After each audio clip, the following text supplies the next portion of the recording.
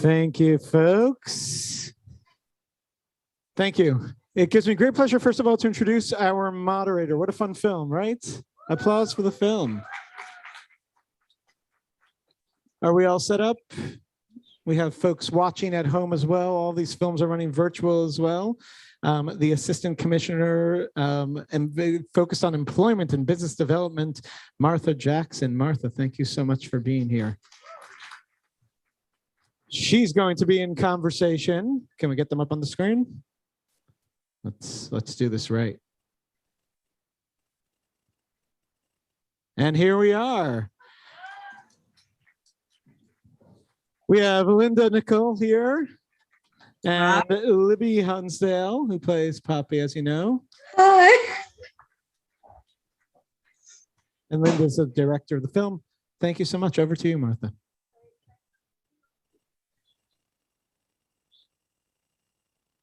No, yes, yes. How about just a really huge round of applause? Wasn't this fabulous?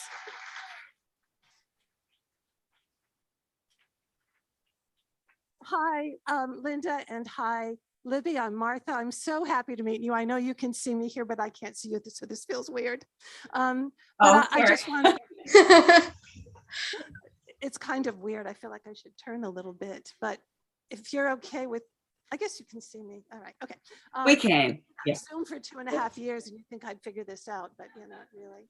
So hi, everybody. I am Martha Jackson. I'm the Assistant Commissioner at the New York City Mayor's Office for People with Disabilities. And I was really honored when Isaac reached out and asked if I would moderate this panel, because I thought at first it was about someone who really wanted a job.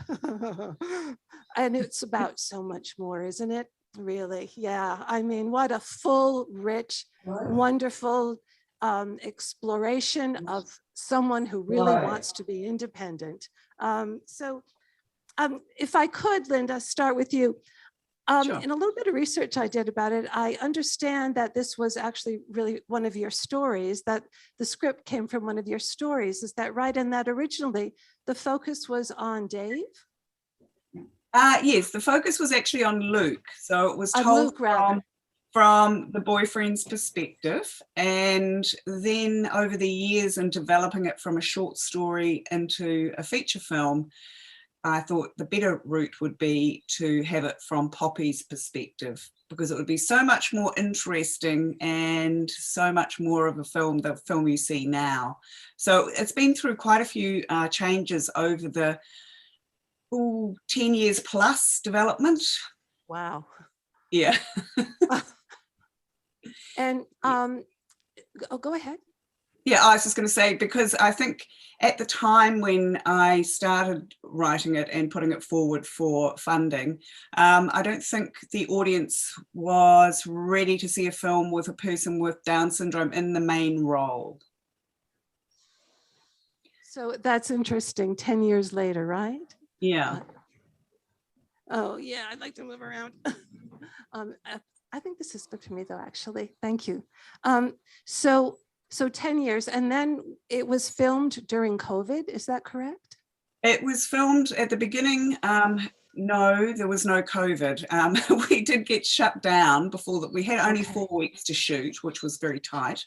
And so we filmed for 3 weeks and it all went great.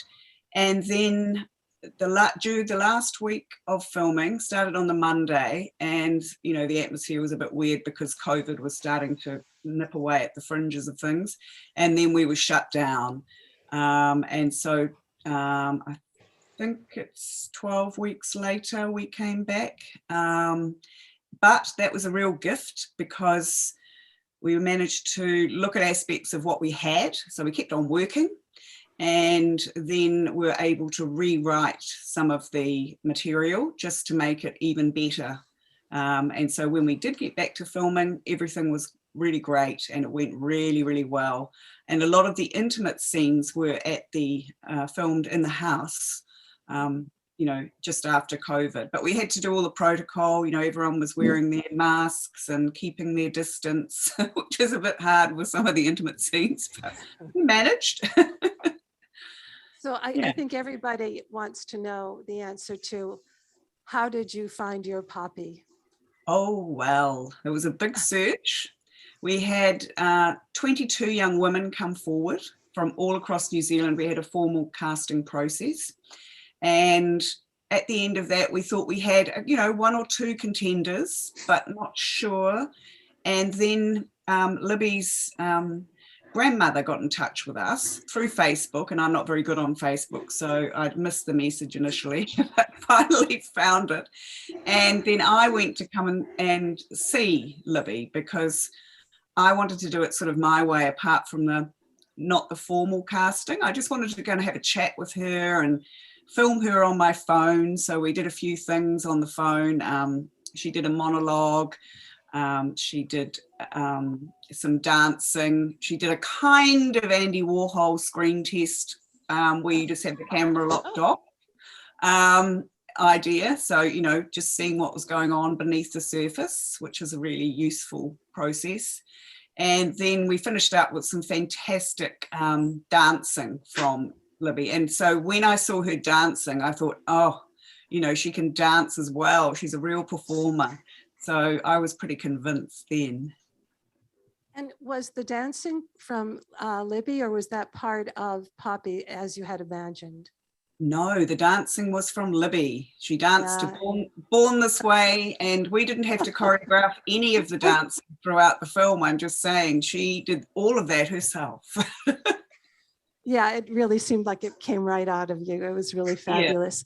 Yeah. So Libby, if I may ask, how did you feel when you found yourself in the situation where you're going to play this, really fabulous, independent, definitive character named Poppy?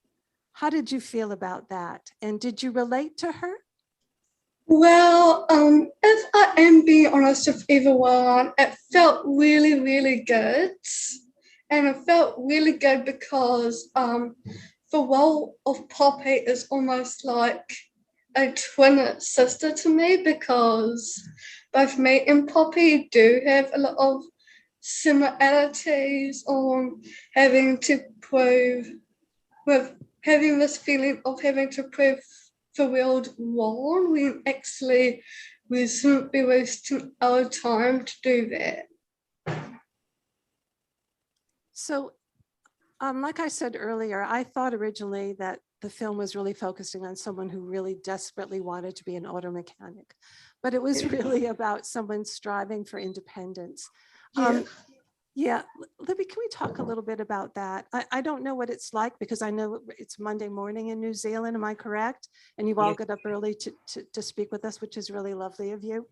But one of the things that I found in the work that we do at the Mayor's Office for People with Disabilities, and in many of the folks that we work with, is that oftentimes families make it very difficult for individuals who want to lead independent lives, who want to have careers.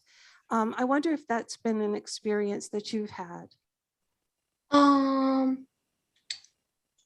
Well, for me, it's hard to explain because my family is very supportive. So, yeah.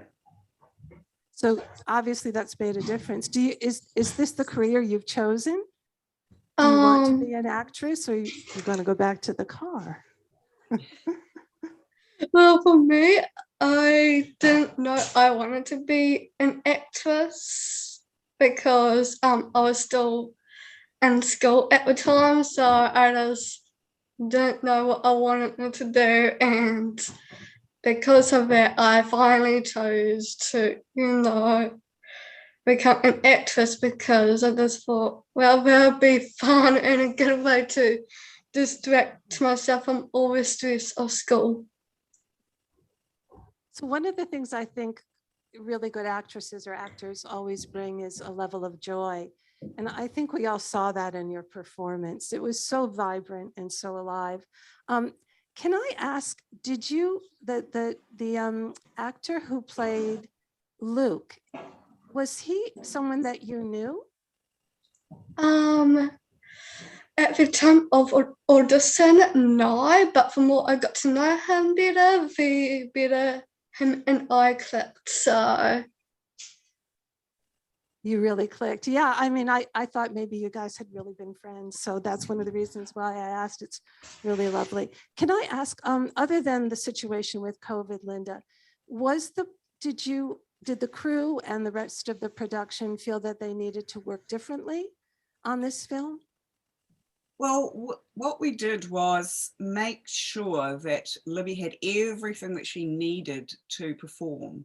So that was from my first AD doing the scheduling. So scheduling it around Libby's most energetic times of the day.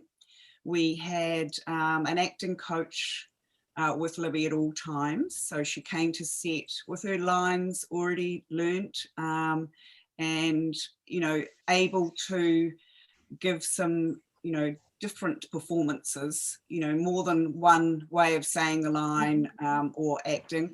So that was great. We had, we loved the hair and makeup, didn't you, Libby? Yes. We had, you know, those people were always very good. And I think on the set, everyone had a level of respect for each other, and of course embracing, you know, Libby as the, you know, the main star. So that really helped. The attitude on the set was very, very collaborative. You know, it was just cooperative, and it was a very fun experience. You know, I never for one moment thought, oh no, it's all going wrong. It was always going right because of all the preparation, I think, as well, having 10 years to think about it.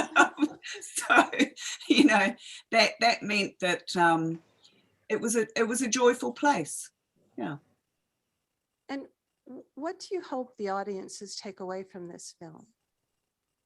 Well, I think you expressed it very well, Martha, just at the beginning, you know, just the fact that it was a joyful film about a person who wanted independence. That's, you know, and just, you know, over the years, I have also come across parents who, like you say, are very, very protective and, you know, aren't ready to let go. But really, the main thing that in my experience with, you know, having lived with people with, you know, disabilities, is that they want independence, and they need that because the parent isn't going to be there forever. You know, it's like everyone, you have to let go. Yeah. And I think that what was so interesting is how the brother ended up having to go on and be independent himself. And in doing that, allowing Poppy to have her life. It looked like actually went to sort of an assisted living or group home at the end. Is that right? Yes, that's right. And, you know, it was leaving it up in the air as to whether she still continued with Luke or whether she just wanted a totally new life, or what was in her mind at the beginning was what she wanted and how she got it. But it's very interesting you point that out about Dave, the brother. He's a sort of a classic shoot yourself in the foot guy, you know, wanting something. He's a real paradox, you know, not wanting the responsibility, but then assuming it and then having that dictate the way he lived his life. So yeah, it was independence for all. Independence for all. So I think, am I right, that we want to see if there are any folks who are streaming in who have some questions? Or any folks from the audience. Or anyone in the audience. We'll pass the microphone. Here it comes. I think we have quite a few, yeah. What a privilege to see this film. Thank you so much. So inspirational, having a disability as well. Not only did I see Poppy, Octopus, the whole community, but she was also an advocate for her brother and challenging. Could you expand on how you inserted advocacy into this film? Sure. So you mean advocacy with his problem, and, you know, trying to get him a relationship and doing everything. Absolutely. Well, with alcoholism and his vice and his challenges with anger, but she was also an advocate. How was that inserted in there? Well, that was just part of his character. I really didn't want him to be too one note. I mean, it's always hard with a supporting character to give them a rich characterization. And so, yes, it was just, I love to use what's already available. So, you know, all the posters that Poppy put up and all that sort of thing, they came from the Reel organisation in New Zealand to help people with, you know, alcohol problems. So we tried to sort of infuse reality with the, you know, the fiction of the film. So yeah, and also I thought, you know, the TV program about dating, it was also just part of Poppy's character to pick up on things like a sponge, like an octopus is what you said, and I love that.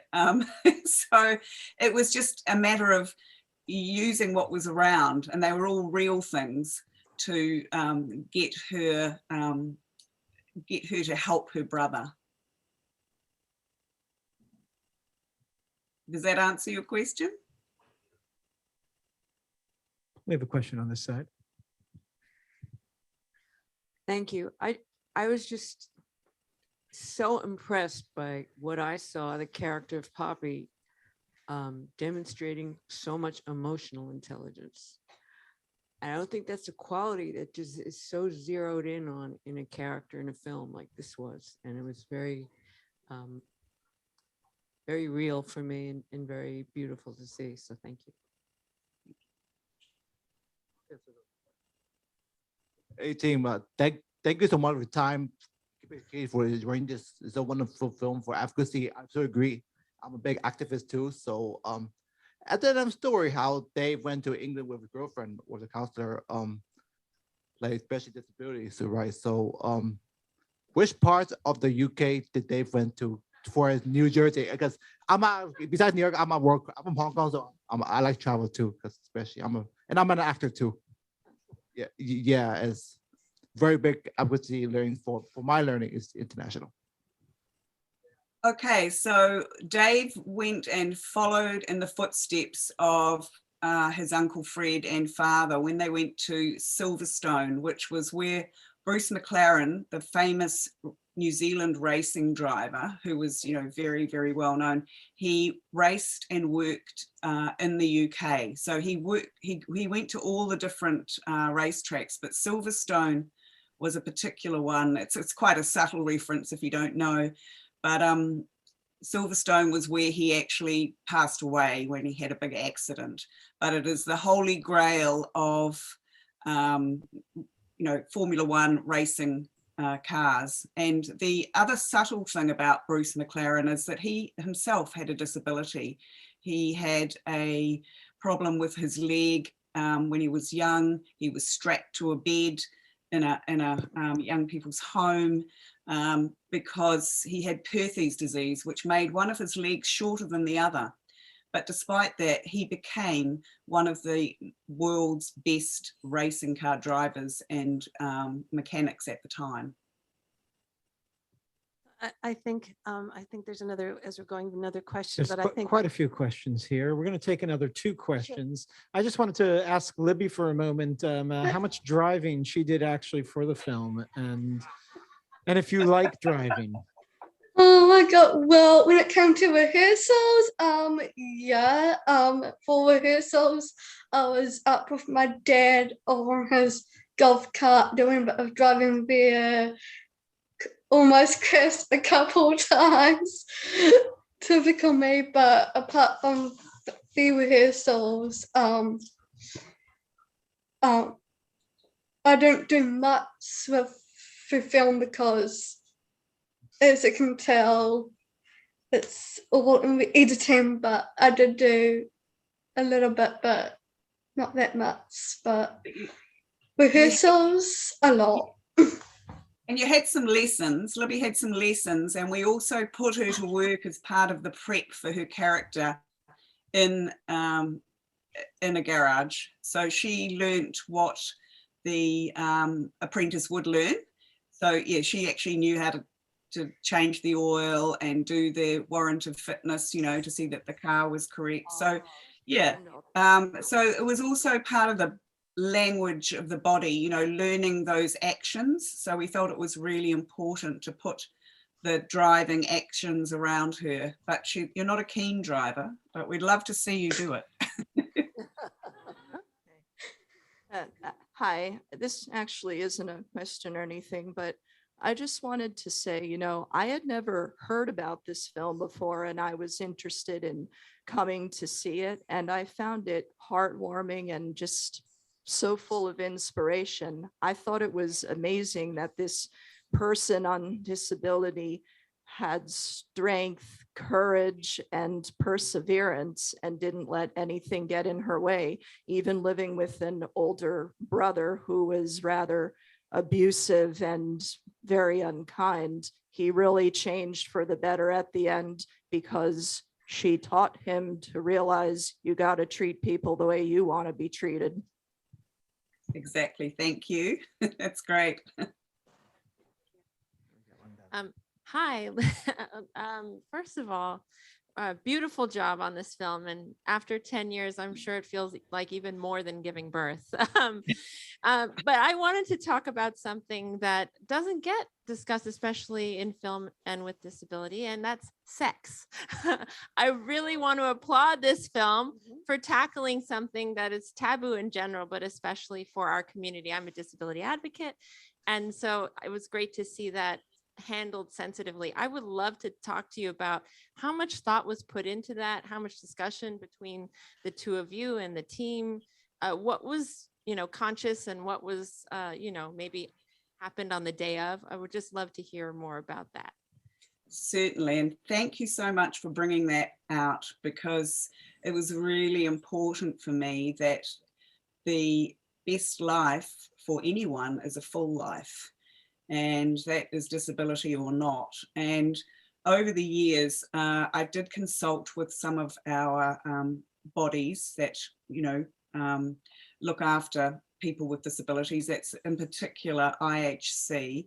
And I talked to the advocates there and I said, look, what is the story? Is this illegal? Or, because a lot of people find it confrontational, even though we dealt with it in a very sensitive way. So, yeah, I just think it's part of a full life. They said, look, people can have as much sort of sex and intimacy as they like, as long as they're, consenting. And I think it's something that we don't talk about enough. And I would really love to see, this actually resulting in people exploring that side of themselves and not being shut off, because I think it's unfair. I think that's an amazing note to end on. Thank you so much, folks. I'm sorry that we're out of time. Thank you for joining us. Thank you. Thank you. Thank you. Next time in person. Thank you. Yes, please. I want to thank Martha Jackson for joining us and moderating this beautiful conversation.